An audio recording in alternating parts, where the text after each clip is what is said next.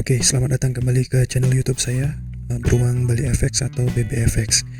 Hari ini tanggal 14 Februari 2024, bertepatan dengan hari Valentine. So, pertama-tama saya ucapkan selamat hari Valentine buat kawan-kawan yang merayakan ya. Oke, hari ini saya mau buat video terkait dengan satu pertanyaan dari subscriber kita yang ada di channel BBFX ya. Oke, langsung saja. Jadi yang bertanya adalah @girinata6239 ya. Oke, dia bertanya gini, Bang, tanya nih, apakah wajib pasang indikator di trading platform? Oke, ini mungkin pertanyaan yang banyak ditanyakan oleh para trader yang pemula yang baru belajar ke trading forex ataupun trading yang lainnya. Mungkin sedikit informasi aja bahwa di setiap masing-masing trading platform itu biasanya disediakan dengan indikator, termasuk misalnya kita di MT4, MT5 itu sudah disediakan juga indikator-indikator yang general ya, seperti RSI, kemudian moving average, kemudian volume indikator, dan masih banyak indikator yang lainnya. Pada prinsipnya indikator ini kan adalah sebuah tools atau alat yang mensupport kegiatan trading kita dan umumnya digunakan untuk acuan atau referensi untuk kita memprediksi apakah ini akan mendukung pergerakan buy atau sell gitu ya. Nah, balik lagi ke pertanyaan ini kan apakah wajib? Nah, pertanyaan apakah wajib pasang indikator? Nah, balik lagi nih ke TradingView ya. Ini adalah platform trading saya yang saya gunakan untuk monitoring trading saya gitu ya. Saya menggunakan TradingViews ya, tradingviews.com ya. Nah, apa sih indikator? Nah, balik lagi, ini adalah informasi yang sifatnya basic atau dasar. Jadi para para suhu di bidang trading boleh skip video ini karena sudah di luar kepala sepertinya. Ini adalah informasi yang perlu saya bagikan buat orang-orang yang masih awal belajar di dunia trading forex ya. Oke, di platform saya sendiri yang saya gunakan di TradingView itu indikator ada posisinya di sini ya. Di sini indikator, metrik, dan strategi. Nah, ini kita klik. Nah, di sini banyak sekali ada indikator ya. Nah, indikatornya pun dibagi, ada yang berupa script, ada yang technical, financial itu, dan script komunitas. Saya biasanya fokusnya di technical. Nah, di technical ini banyak sekali indikator ya. Nah, saya biasanya menggunakan indikator yang bersifat pergerakan real time dan tidak digunakan juga sebagai acuan mutlak ya. Saat ini yang saya gunakan itu adalah lebih ke hanya satu, lebih ke RSI. Kenapa RSI? Karena RSI ini meskipun dia lagging indikator, tapi dia bisa kita gunakan untuk melihat divergent atau sesuatu pergerakan yang berkebalikan antara pergerakan di chart dengan pergerakan indikator itu sendiri. Nah, nanti saya akan bahas tuh tentang RSI bagaimana ya segala macamnya. Fokus video ini untuk saat ini lebih ke basic. Apakah indikator itu wajib atau tidak? Pertanyaannya seperti itu. Kalau saya pribadi, saya tidak menggunakan indikator secara membabi buta. Hanya indikator-indikator yang memang buat saya sifatnya mendukung pergerakan dari candle itu sendiri dan sifatnya real time, bukan lagging indikator. Kenapa saya sebut lagging indikator? Pada dasarnya semua indikator itu adalah sifatnya delay atau lagging atau ada penundaan. Kenapa saya bilang gitu? Kita ngomong misalnya yang sering digunakan orang-orang itu adalah standar ya, moving average. Moving, nah itu nyari kita ketik moving average ya. Nih, simple moving average atau exponential moving average. Nah, kita contoh ini pakai exponential moving average atau EMA. Mana dia? Nah, ini dia. Kita ngomong ini misalnya ya. Ini garis biru nih EMA-nya. Exponential moving average ya. Nah, kalau dicermati ya, sebenarnya ini kan pergerakan si ini bukan sebagai referensi buat kita, tapi melainkan dia lagging indikator. Pergerakan garis ini terbentuk setelah terjadinya candle itu close, bukan saat candle itu bergerak ya. Contoh, ini langsung contoh aja di lokasi kita ya. Contoh seperti ini. Ini kan ya, yang warna biru ini, biar nggak bingung saya ubah dulu.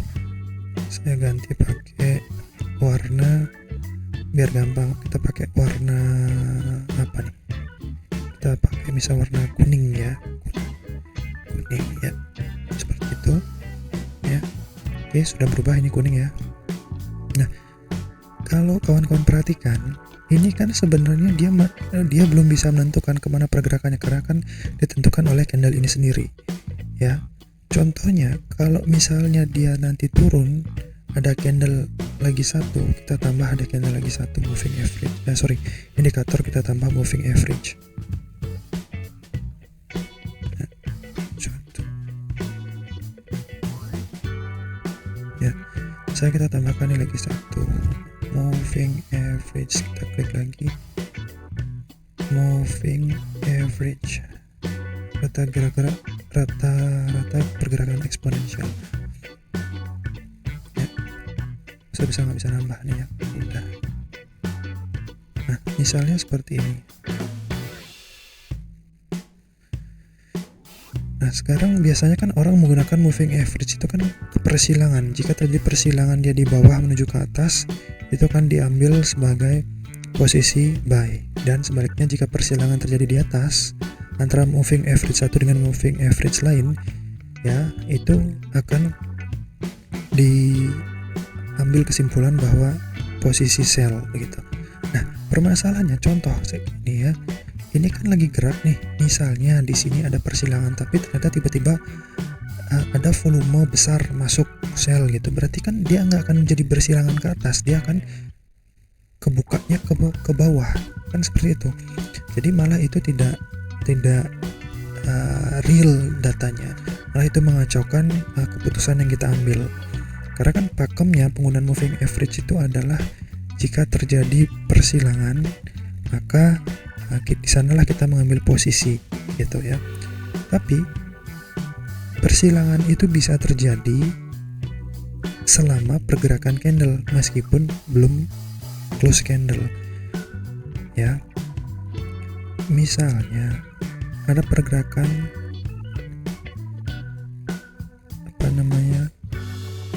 ini, katakanlah ini kan moving average EMA yang 9, nanti biasanya ada yang masang EMA 50, EMA 20, EMA 100, EMA 200 begitu. Nah, biasanya kan ada persilangan. Nah, oke, gini aja ya, saya close aja satu indikator saya.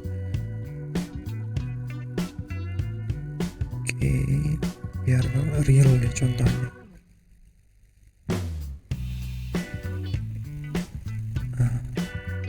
Nah, ini kita ambil contoh lah di sini ya. Ini kita hilangkan.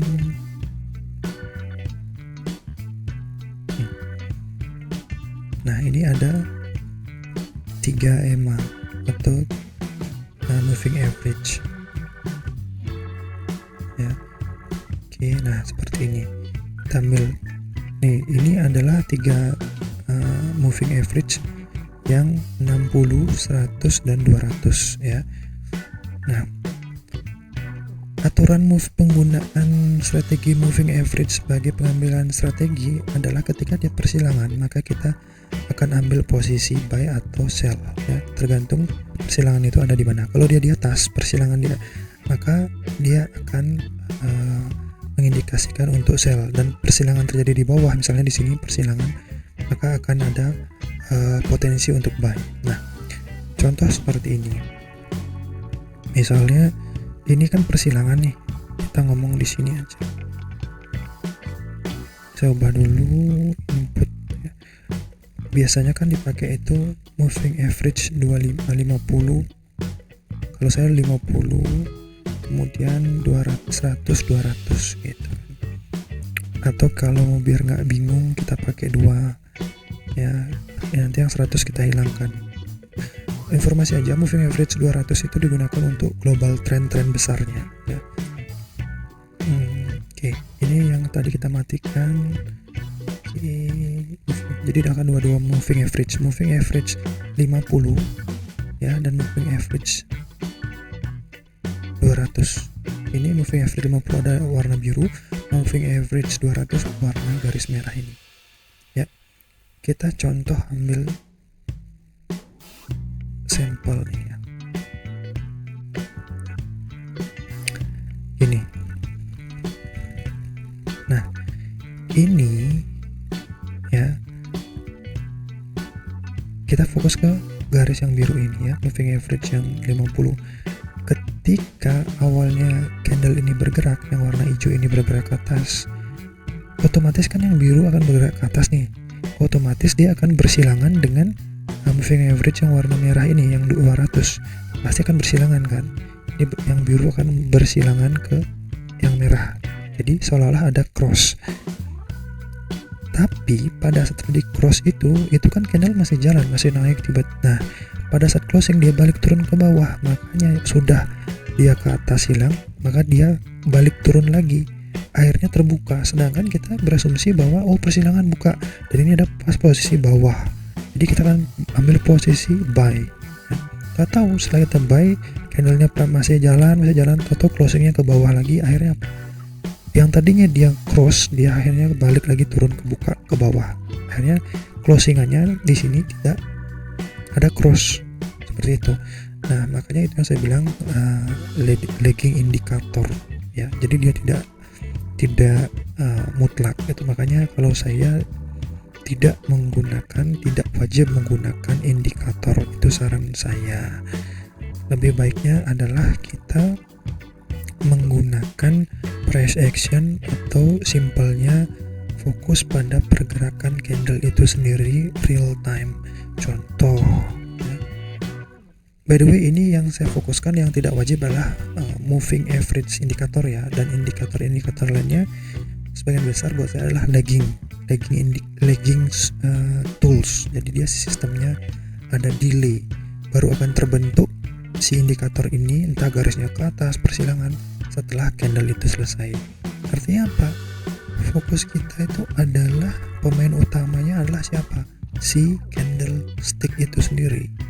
Nah, di video di layar ini bisa lihat saya sedang buka posisi di Euro JPY, Euro Yen. Saya tidak peduli dengan indikator berbicara apa, saya fokus dengan price action, pergerakan dari candle itu sendiri. Bagaimana kondisi terupdate demand di market itu sendiri. Seperti ini. Kita tinggal lihat aja. Kalau ini masih bisa terus naik, ya, dia tidak close candle di bawah low candle besar ini pasti akan terus naik, dan dia akan terus naik bisa jadi sampai di garis ini. Kenapa di garis ini, di garis biru yang ini ya, di area 161.520, karena ini adalah strong resistance. Kenapa strong resistance? Lihat aja, ini mantul kena ini, mantul kena ini, mantul kena, jadi ini nggak bisa ditembus, sangat kuat. Makanya besar kemungkinan sampai di sini kemampuan candle atau market itu. Kalaupun dia ngejebol sampai di atas, itu bisa jadi akan ada pergerakan bullish yang luar biasa gitu. Jadi saya pribadi tidak wajib menggunakan indikator, karena buat saya indikator adalah lagging tools, sesuatu yang bersifat delay ya. Tapi price action sendiri, pergerakan candle itu sendiri sangat jelas, sangat real, volumenya, arahnya kemana. Hanya yang perlu pastikan pengambilan keputusan saat candle close, bukan saat candle running. Itu aja, sesimpel itu ya. Itu dari saya. Jika masih ada yang mau ditanyakan atau para sepuh, para suhu mau memberikan ajaran masukannya, silahkan tulis di kolom komentar. Buat yang belum jelas atau mau dibikinkan video lainnya, silahkan komen di kolom komentar, tulis apa yang mau kita bahas untuk video selanjutnya. Oke, terima kasih sudah bergabung. Buat yang belum subscribe, tolong di subscribe channelnya biar saya lebih semangat lagi untuk bikin video yang bersifat edukasi untuk para pemula traders. Oke. Buat yang suka silahkan di like, jika dirasa perlu di share dengan teman-temannya silahkan diklik share ke sosial media masing-masing ya. Oke, saya rasa itu cukup ya. Oke, terima kasih, selamat bertemu di video berikutnya.